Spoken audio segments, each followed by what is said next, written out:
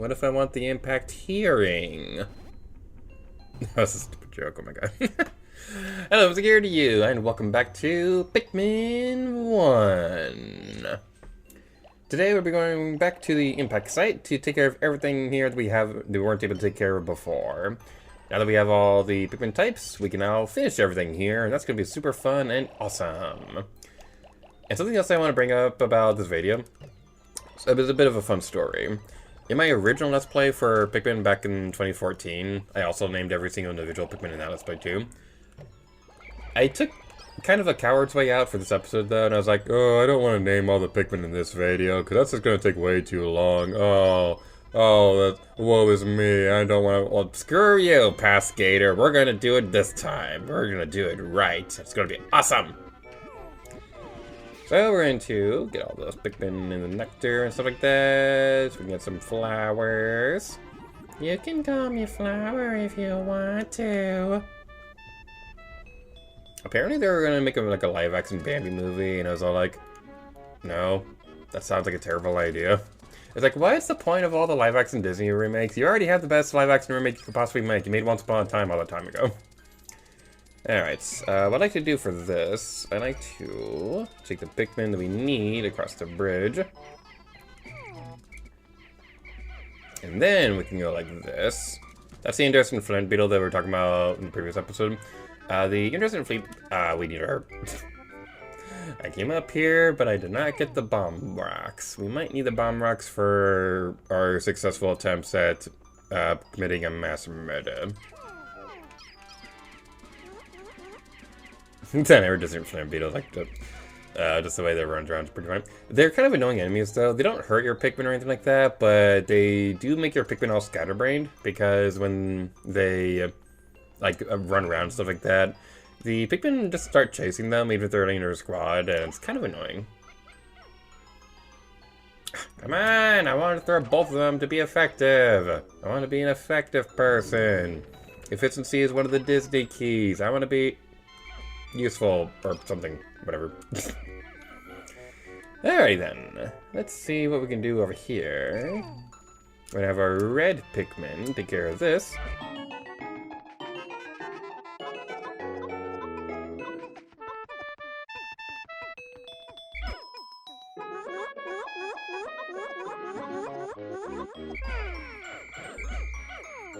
This always bothered me in the Pikmin games where you dismiss your Pikmin squad and they just don't run away far enough away from each other, and it's really irritating. They kind of somewhat fix this in Pikmin 2, and definitely a lot better in 3 and 4, but in this game, that's something that's just always bothered me. And even in Pikmin 2, it's still not that super ideal. So let's go over this way. We got all our blues with us. We could take care of all those other clams over there to get their pearls. I believe that each pearl will give you like 100 or 50. I think it's 50 Pikmin, if I remember correctly. But they give you like 50 Pikmin each, so that's something that's going to be pretty useful. I was so worried that I started throwing too soon. But basically you want to throw the Pikmin inside of the squad. But basically you want to throw the Pikmin into the clam. You want to whistle so you can get your squad out of there in time.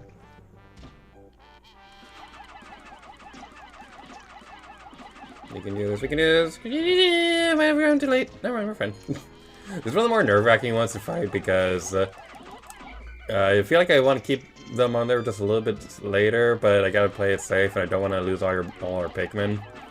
I don't want to repeat of what happened last time because, oh boy. That was not a very pleasant time in the life of the Gator, now was it?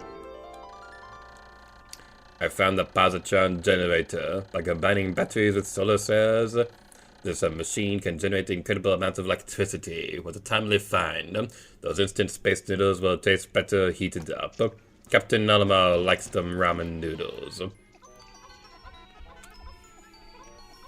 I had a friend who was like super into ramen noodles, and whenever I see ramen noodles or anything like that, I always think about her. And yeah, she was it was always pretty funny because like that friend group, whenever we would go get food and things like that, we'd all always get the same food.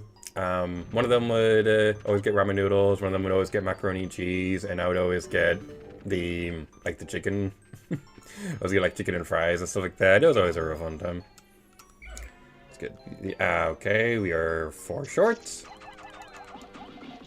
Not worth it. We'll come back for that later if we remember. Let's go down this way.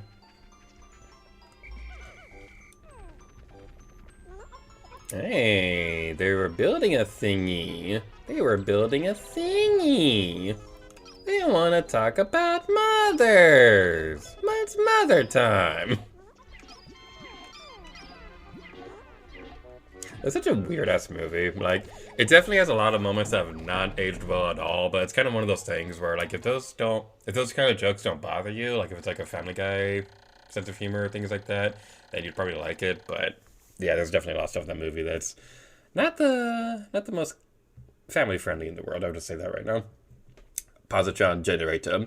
This electric generator is so powerful that if you approach it carelessly, you'll get an electric shock.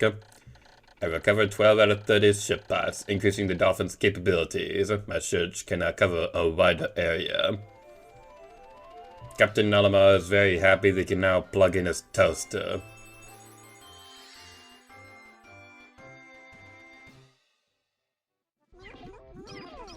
Go back to the topic of that movie for a moment. Yeah, okay, first of all, there's a geyser right there. The Pikmin are able to... what's the word I'm looking for? They're not gonna break the geyser. They're not building the geyser. Are they digging it up or something like that?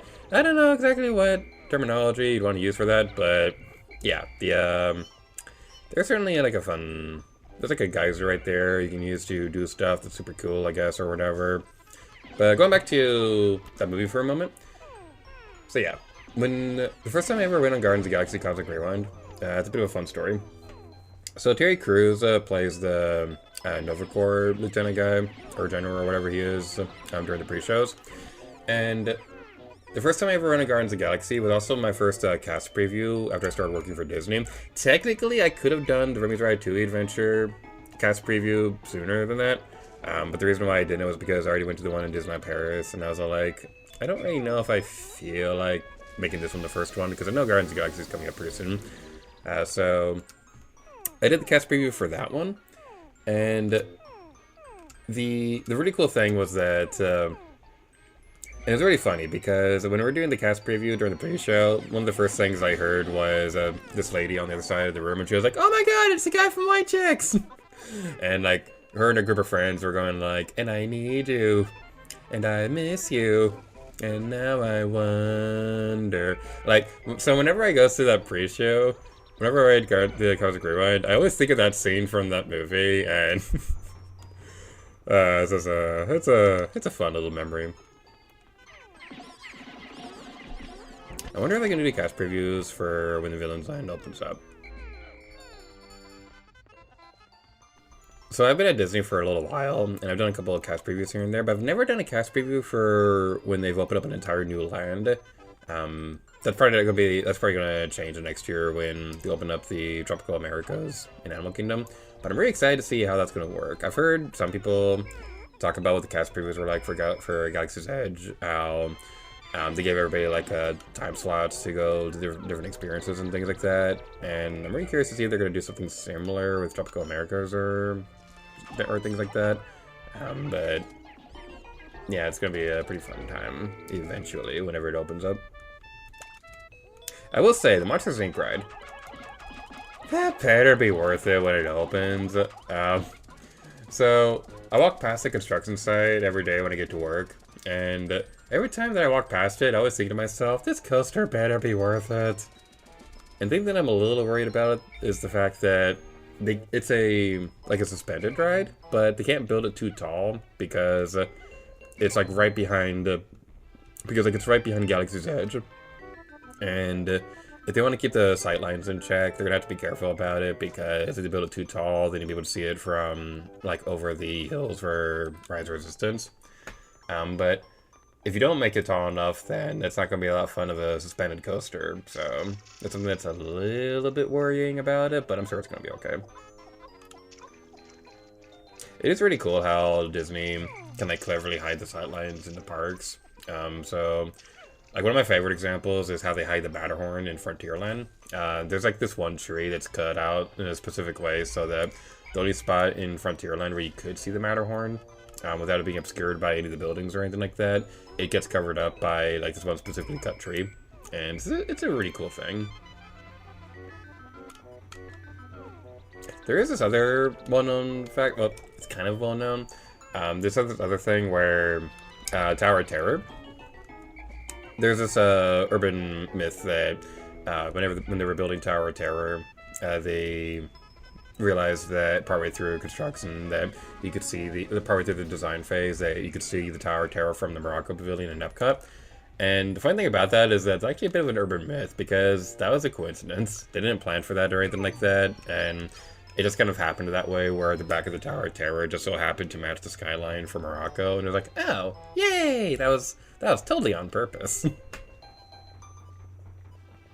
I love working at Disney. I don't love every single day of it, but I do love working there. And it's really cool because the time that I'm recording this video, a couple days ago, I reached a really cool milestone. So I try to pick up other locations as much as I possibly can because it's a real fun getting like different experience from other places across property. And one of my current goals right now is to try to pick up at every resort because during my college program, I picked up every hotel. And I think we're going to spend this time destroying those other clams because I think we got everything else in the impact site. So yeah, that's pretty fun.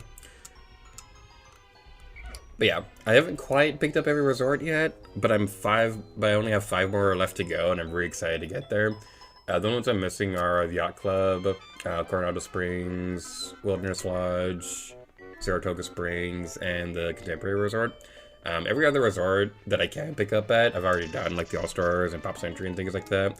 The only ones I'm not counting are the Swan and Dolphin, because technically those are third-party resorts that Disney doesn't actually own, so I can't pick up there at all. But it is still pretty cool.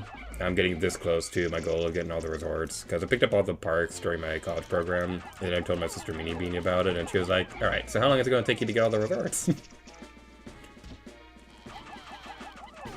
But the really cool thing that kind of started this whole conversation was the fact that a couple days ago, I picked up at Old Key West, and that was a significant milestone, because that was the 50th location across Disney World that I picked up at, and getting to that milestone is kind of insane, because I know some people who picked up here and there, but one of my leaders at Galaxy's Edge told me that he's never seen anybody pick up as many locations as I have, and that was a real cool moment. All right, we got a couple more of these pearls. Okay.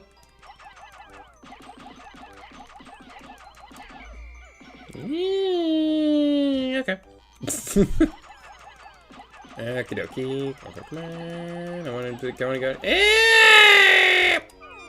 Damn it. Alright, fine. Alright. We had to lose some Pikmin to make it dramatic. Yeah, that didn't exactly go the way I would have liked. I was hoping to make it so that each of the pearls could go to a different Pikmin type. Like, I was hoping to give the yellows one of them, but... well, I guess we could still give the yellows this one.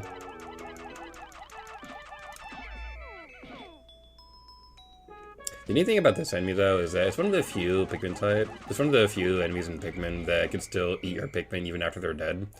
So we saw that the mouth still closed on the other clams after they like took care of them and things like that, after it ate them, or we destroyed the pearls and stuff like that. I don't know where I'm going with this, but yeah, it still shut its mouth after we got the pearl out of its mouth. So if you're not careful, then you can still eat your Pikmin afterwards.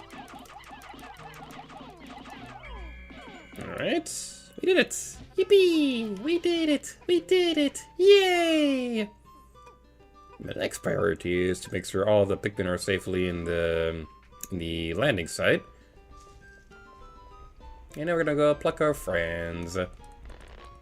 F is for friends who do stuff together. U is for you and me. N is for anywhere, anytime at all down here in the deep blue sea.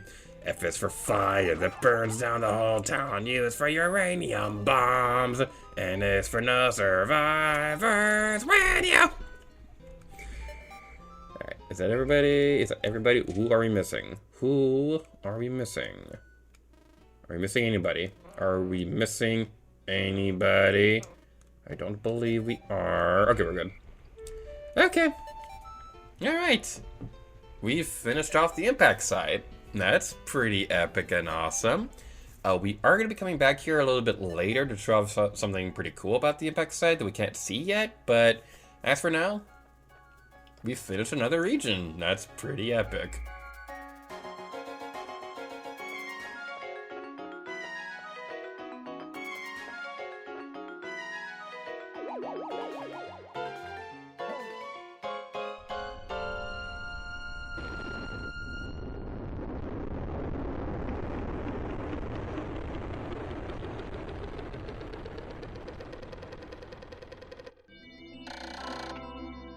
Six days since impact. If this was a speedrun, we've already completed the game by now. Whoever is controlling me in the netherworld is a moron, and you should be murdered. I have managed to increase the range of the dolphin. Looking from the dolphin's portal as it launches even higher into the sky, I see a vast wetland in the deepest parts of the forest. I should call it the distant spring. I can begin my exploration of it tomorrow. For now, I must sleep. Pikmin population! We sprouted 217 Pikmin today, and I've committed to naming every single one of them. I hate everything. Alright, before we end the video, we gotta talk about that thing. I said that I was gonna name every single Pikmin that we plucked today, but the thing is, because our squad was at 100 Pikmin throughout most of the day, we only end up actually plucking 4 of them. Now, I probably could use this as a cop-out to not have to name 200 plus Pikmin, but you know what? We already made it this far. Let's do it. Here are all those new Pikmin names! I'm so sorry, Future Gator, who has to edit this.